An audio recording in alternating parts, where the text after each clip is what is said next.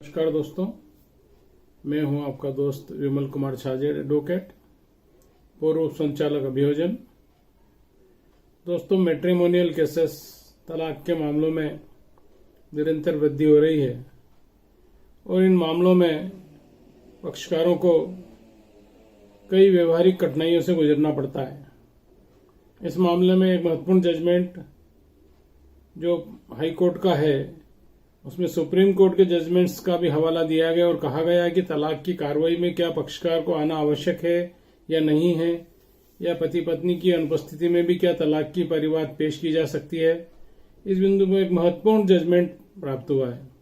दोस्तों, मेरा आपसे अनुरोध है कि यदि अभी तक आपने मेरे चैनल को सब्सक्राइब नहीं किया हो, सब्सक्राइब करें, लाइक करें, शेयर करें, ताकि अधिकतम नवीनतम न्याय दृष्टांतों से आपको अवगत कराया जा सके और लेटेस्ट न्यूज आप तक पहुंच सके। तो दोस्तों, ये तलाक के मामले में परिवार में जब सामंजस्य नहीं बैठता है पति पत्नी के बीच में, तो तलाक की स्थिति निर्मित हो जाती है। तलाक के मामले परिवार न्यायालय में पेश होते हैं। परिवार न्यायालय में तलाक के मामले पेश करने के लिए कौन सक्षम है? क्या तलाक के मामले स्वयं पति या पत्नी द्वारा पेश किए जा सकते हैं, या तलाक के मामलों में पावर ऑफ अटर्नी पर उनके माता पिता या परिजन या रिलेटिव्स पेश कर सकते हैं? इस बिंदु पर ये जजमेंट्स ऑनरेबल हाई कोर्ट का आया है। दोस्तों, इसमें क्या बुरे फैक्ट थे कि जो अपीलांट है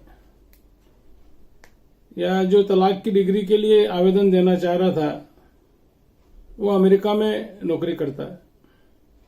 अमेरिका में नौकरी करने के कारण उसने अपने पिता को पावर ऑफ अटर्नी भेजी और कहा कि आप मेरी ओर से परिवार न्यायालय में सहमति से तलाक 13(2)(b) के तहत, हिंदू मैरिज एक्ट के तहत परिवाद प्रस्तुत करें।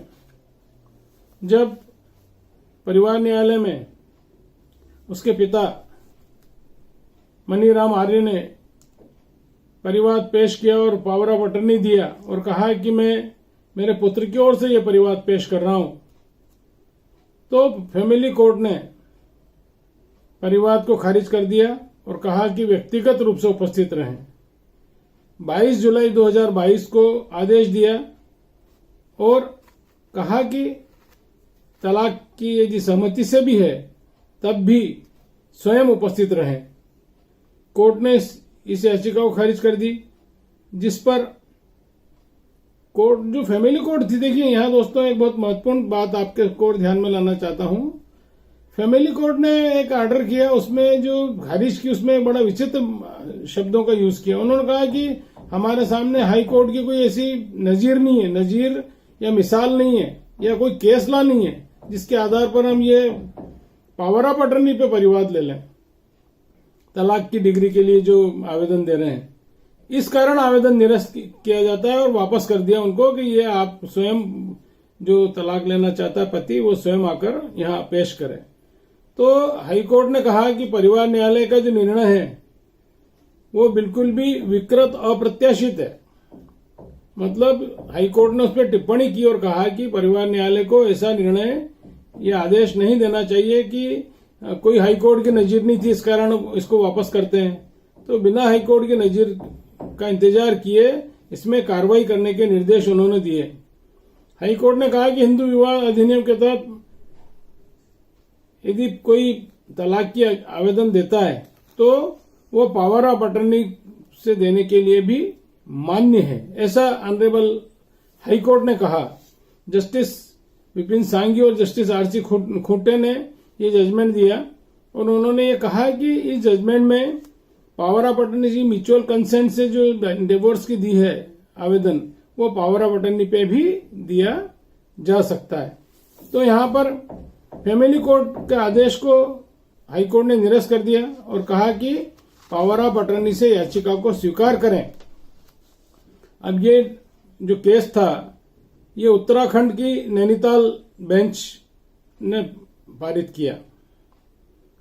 डॉक्टर सुरजीत और नमिता का ये मामला था, लेटेस्ट जजमेंट है, 4 नवंबर 2022 का लेटेस्ट जजमेंट है दोस्तों।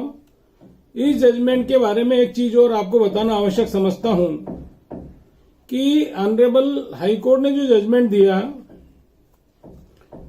हाईकोर्ट ने यह कहा कि अमरदीप वर्सेस हरवीर का जो सुप्रीम कोर्ट का एक लैंडमार्क जजमेंट है, उस जो सितंबर 12, 2017 में ऑनरेबल सुप्रीम कोर्ट का जजमेंट था। उन्होंने कहा कि कूलिंग पीरियड 6 माह नहीं होना चाहिए, बीच में भी फैमिली कोर्ट तलाक की डिग्री दे सकती है।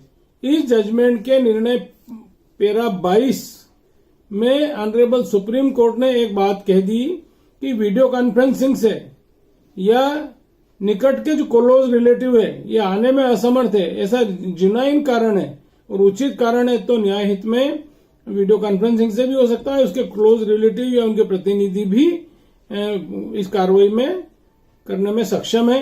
ऐसा करके इस जजमेंट में जो सुप्रीम कोर्ट का जजमेंट था उसका हवाला देते हुए ऑनरेबल हाई कोर्ट ने जो है निर्देश दिए कि पावर ऑफ अटर्नी पर भी सहमति से तलाक का आवेदन स्वीकार किया जाए। तो दोस्तों यहाँ पर एक बड़ी रिलीफ मिली कि कई बार विदेश में रहते हैं बच्चे या किसी कारण से आने में असमर्थ है, ऐसी परिस्थितियां होती है कि जिसके कारण स्वयं उपस्थित नहीं हो पाते हैं। तो सुप्रीम कोर्ट की जो गाइडलाइन है उसके पालन में ये उत्तराखंड हाई कोर्ट का जजमेंट है। तो निश्चित रूप से इस जजमेंट से कई जो पक्षकार हैं उनको लाभ होगा। हमारे एडवोकेट साथी जो फैमिली कोर्ट में काम करते हैं उनके लिए भी बहुत उपयोगी होगा। नमस्कार।